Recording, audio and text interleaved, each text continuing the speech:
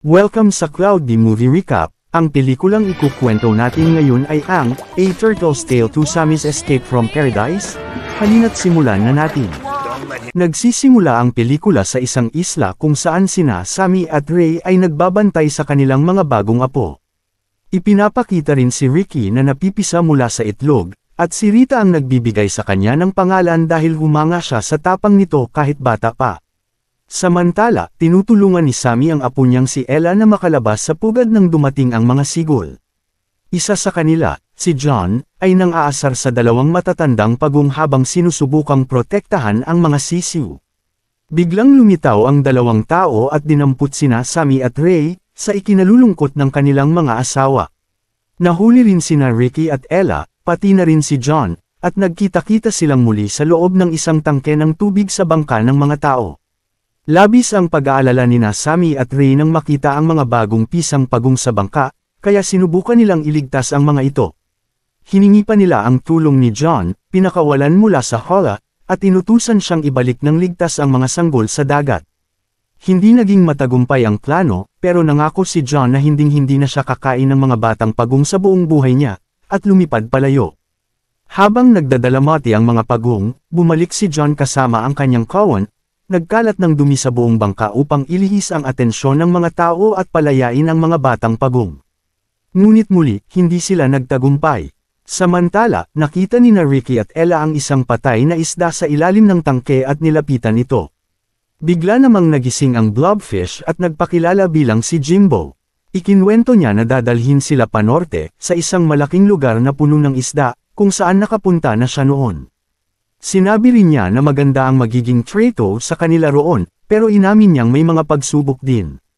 Kinabukasan, dumating sila sa Dubai kung saan personal na sinuri ng tagapamahala ng aquarium ang mga bagong dating.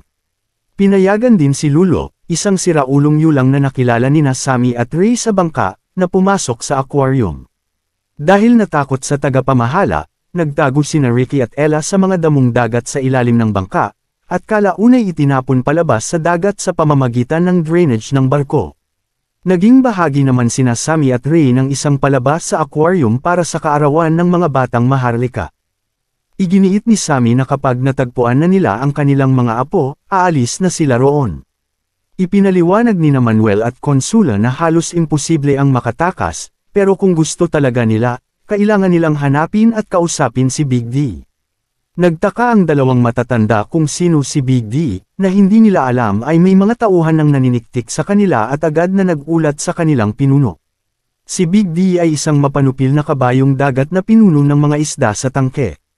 Tuwa siya nang malaman na may mga bagong air breather sa loob, kaya agad niyang pinuntahan sina Sammy at Ray. Inilibot niya sila sa aquarium at ipinakita ang kanyang impluensya. Ipinakita rin niya ang isang lagusang pinahukay niya sa mga alimango upang palakasin ang kanyang imahe bilang leader, pati na ang kanyang pribadong lugar kung saan nakita nila si Lulo na nakatali sa mga lubad. Nakiusap ang mga pagong na pakawalan si Lulo, at naramdaman nilang hindi dapat pagkatiwalaan ang kabayong dagat. Nakita rin nila kung paano niya pinagtatawanan ng isang stonefish na si Jax, na na-stress sa mga tumitinging turista, at kung paano niya pinahirapan ang pinsan nitong si Tremble, bukod pa sa pagiging bossy niya sa lahat. Samantala, gumagala sina Ricky at Ella at nakasalubong ang isang batang pulang pusit na si Edna, na dinala sila sa kanyang inang si Margaret. Nagulat si Margaret na nag-iisa ang dalawang pagong at pumayag na tulungan silang hanapin ang kanilang mga lolo. Sa tangke, natakot si Lulu nang makita ang 2 taong kumakain ng yulang sa loob ng restaurant ng aquarium. Tumakbo siya palayo habang kinukwento ni Jimbo ang kanyang unang tangkang pagtakas kung saan nagtulog-tulugan siyang patay. Pero pumalpak ang plano dahil tumawag muna sa kanyang asawa ang tao na dapat magtapon sa kanya, kaya halos mamatay siya sa kakulangan ng hangin. Nang itapon siya sa dagat, akala ng ibang isda ay patay na siya, pero nabuhay siya muli nang tumama sa mga sea urchin. Namangha sina Sammy at Ray sa kwento niya. Bigla silang inutusan ni Big D sa isang misyon kasama si Lulo.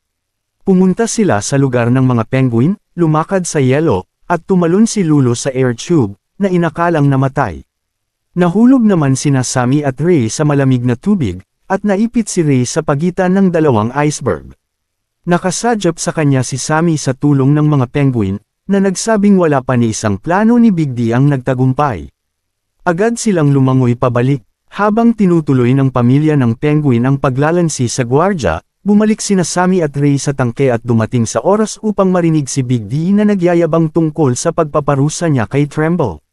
Galit na sumigaw ang dalawang pagong at sinisi siya sa misyon nilang muntik ng ikamete nila at sa pinaniniwalaan nilang pagkamatay ni Lulu. Nagalit ang kabayong dagat at agad nagpanukala ng panibagong plano, ang itago ang dalawang skate na magkapatid sa loob ng bibig ng isang dusty dolphin na na-rescue, at hintayin ang susunod na araw. Habang papakawalan na ang dolphin, sa kasamaang palad ay kinain ng dalawang barracuda ang magkapatid na skate, sa ikinagulat ng lahat ng isda. Pinagtanggol ni Big D ang sarili, sinabing gumana pa rin ang plano dahil nakatakas naman sila, at lumangoy palayo. Gulat na tinanong ni Sammy at Ray sina Manuel at Consuelo kung bakit pinakakawalan ng mga tao ang dolphin. Ipinaliwanag nila na masyadong maliit ang lugar na iyon para sa isang dolphin, at kadalasan, ang mga isdang nasugatan ay dinadala sa tangke upang gamutin, at kapag gumaling ay pinapakawalan. Biglang lumangoy ang lahat ng isda pataas upang hintayin ang pagkain, nag-aagawan at nagtatalo para sa mga tira ng pagkain, sa aliw ng mga bisita ng aquarium at sa pagkagulat ng mga pagong. Hindi nila matanggap na makitang parang nababaliw ang mga isda sa konting pagkain galing sa tao. Nagtanong sila kung ano ba talaga ang saysay ng lugar na iyon, at napagtanto nilang tila ang mga tao ay nag-e-enjoy lamang bilang mga collector ng hayop. Sa sandaling iyon, masayang lumapit si Jimbo kina Sammy at Ray at sinabi sa kanilang nakita niya ang mga apo nila, sina Ricky at Ella, sa labas ng salamin ng tangke.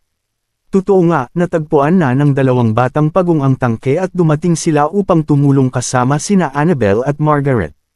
Labis ang tuwa ni Sammy at Ray sa muling pagkikita, pero napansin nila ang dalawang barracuda na lumulutang sa ibaba. Kinabahan sila at sinubukang ipahiwatig sa mga apo ang panganib, na ikanalito ni Ricky at Ella. Biglang dumating si Albert, isang martilyong piteng na medyo itinuturing na may toyo sa ulo dahil sa ugali nitong banggain palagi ang salamin. Binangga niya ang harap ng salamin kung nasaan sina Ricky at Ella, dahilan upang lumingon ang dalawa at makita ang paparating na barracuda. Nagsimula ang habulan sa mga tubo, cable, at drainage system. Nakatakas sina Ricky at Ella sa pamamagitan ng trash manhole at muling bumalik sa salamin, naghihintay ng susunod na utos.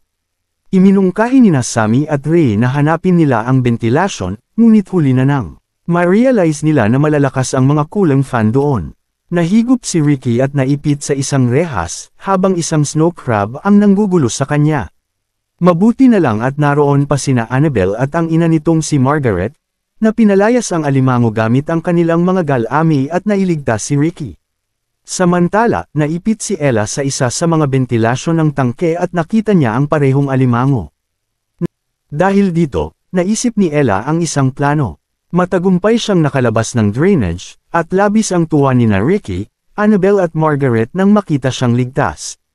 Ipinahayag ni Ella ang plano niya para mailigtas sina Sammy at Ray, tatawagan nila ang mga dambuhalang pusit at papupunuin ng tinta ang drainage hanggang sa makarating ito sa loob ng tangke. Habang sabik na sabik nang makita ng dalawang matanda ang kanilang mga apo, lumapit si Big D at nagtanong kung ano ang problema nila.